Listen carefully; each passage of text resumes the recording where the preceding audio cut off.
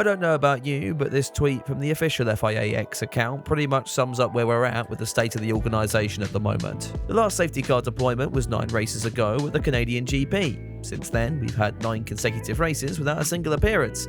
Congratulations, that's how f***ing maths works. Now here have a Michael Massey. Either this is the FIA pandering to the brain-dead fluff that stalks the halls of what used to be Twitter, or they've just gone senile. Regardless, over the last decade, it feels like the organisation have been playing this game of world's biggest bellend, a game that's currently being won in a landslide victory by this guy, Mohammed Ben Sulayem. Having realised early on that he has the driving ability of a bludgeoned squirrel, Big Ben here has appeared to make it his life's mission to take Formula 1 and f***ing ruin it. He's now come out claiming the British media bias has crucified him as if he's some sort of rich Jesus, and that the FIA have actually done a lot of good, only that it never gets represented because at the same time they're trying to clamp down on swearing and Lewis Hamilton's Prince Albert. So why not give him a chance? Let's weigh up the good, the bad and the Monaco when it comes to their decision making. As for a time frame, let's go from 2022 to now.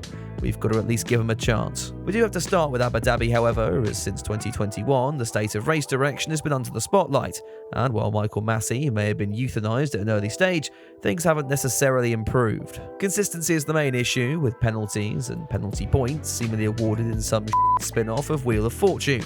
Kevin Magnussen finally received his race ban after the Italian Grand Prix, but for scaring Pierre Gasly off the track at the chicane, not for repurposing half of the field for carbon fibre confetti at the opening lap in Monaco several months prior. Track limits are a separate problem, with 12 post-race penalties handed out after the 2023 Austrian Grand Prix for offences not picked up on their high-tech tracking systems.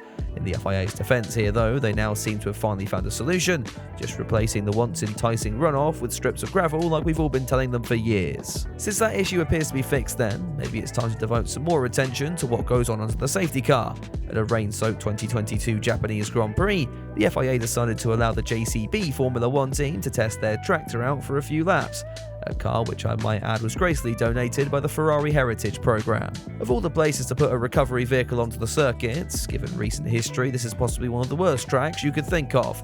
Pierre Gasly was even forced to make emergency modifications to his AlphaTauri, repurposing an advertising board as a battering ram, which was later used to dismember several track officials. On the subject of dismembering, Gasly's current teammate Esteban Ocon was forced to almost chew up half of the world's motorsport photographers a few months later at the 2023 race in Baku.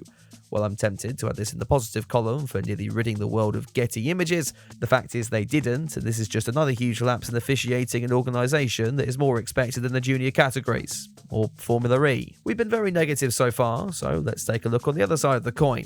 And while it feels ironic to bring up safety after the last point, we have seen some very important advances in the last few years. Changes were made to procedures after the incident in Japan 2022, and the same year saw bigger mirrors mandated on all of the cars, helping to improve visibility and better alerting Lance Stroll for when he's about to be lapped. We've also seen stricter rulings on the sports concussion protocols and the strength of the crash structure, after Zhou took part in the Richard Hammond experience at Silverstone that year.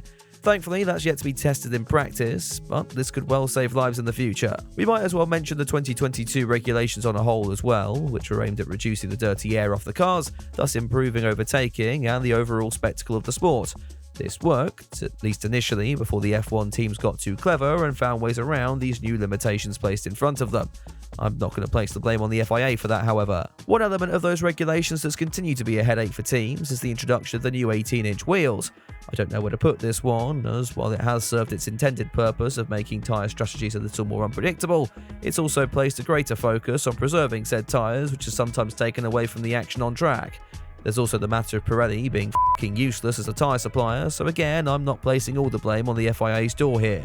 Actually, the FIA appoints the tyre supplier and has extended Pirelli's tender, so scrap that, Ben 10, this is your fault. Let's move away from the cars and talk about rookies. A few years ago, getting time in a modern-day F1 car was next to impossible, especially if you wanted to go with the top team. I mean, as Romain Grosjean ever got that chance with Mercedes, it's been 3 years since that was announced. Prior to 2022, your best chance at driving would be at the mid or post-season tests. If a team was feeling particularly lucky, they might throw you in for a free practice session and spend the hour clamping their arseholes together, feeling like Logan Sargent mechanics, praying you don't bin it into a wall somewhere. That's all changed when the FIA mandated that 2 FP1 sessions per year must be directed to a young driver, a decision that's gone down well with the fanbase and the teams on a whole. even if they do all seem to forget the rule until Abu Dhabi rolls around. Talk of a rookie-only race following the conclusion of the season was also widely liked, as we were presented with this mouth-watering prospect of 20 fetuses and million-dollar machinery hurtling around the track with nothing to lose, all while their mechanics are still on the come-down from whatever they've taken during the post-season festivities. I made a video on that a few weeks back, and to cover my arse, said that since it's such a good idea, the FIA would probably shelve it because we can't have nice things, and oh look, that's exactly what they've done. I feel like every time I try to make a positive point here, I end up finding some other piece of information that completely invalidates said point, then brings us back to the negatives. So let's solve that problem by returning to all the other shit things the FIA and Ben Nevis here have got up to recently. Let's talk about the calendar. For years, people have moaned saying we don't want any more races. Clearly the FIA misheard that, as we now have 24 of them. Oh, and 6 sprints as well, which, while I don't mind them, the majority wishes were cast into hell alongside Hitler, Jake from the Tweenies and Jacques Villeneuve. The welfare of the team's personnel is the main issue here. Not long ago, we were discussing the concerns of a single triple header on the calendar.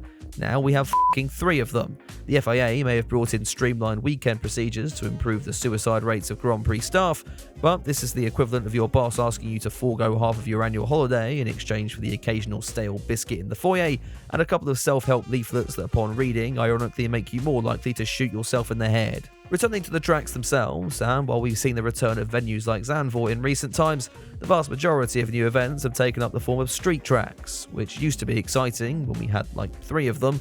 Now they've invaded and are eating the cats, and no, never mind, that's just Springfield. This has left some of the established venues on the calendar feeling like they have the security of one of Christian Horner's WhatsApp messages. Spain is already getting cold for 2026, Belgium is hanging on by the tips of its fingers, and when exactly are we going back to Germany? Speaking of the future, every year F1 creeps closer and closer to that net zero carbon emissions target set for 2030. We do get 100% sustainable fuels in 26, I'll give them that, but next season starts with shipping all the cars off to Bahrain for the pre-season test, then shipping them off to Australia for round 1, then shipping them back to Bahrain less than a month later for the 4th round of the championship.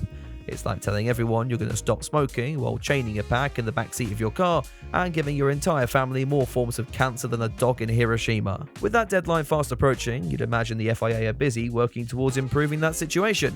But instead, in 2024, it appears their efforts are more focused on much smaller problems that shouldn't be problems in the first place. They banned jewelry for some reason. They dropped the 2026 regulations, despite the teams being concerned the new cars would be comparable to the new suicide pods. They wanted to crack down on swearing because Ben Dover confused Valtteri Bottas with Eminem.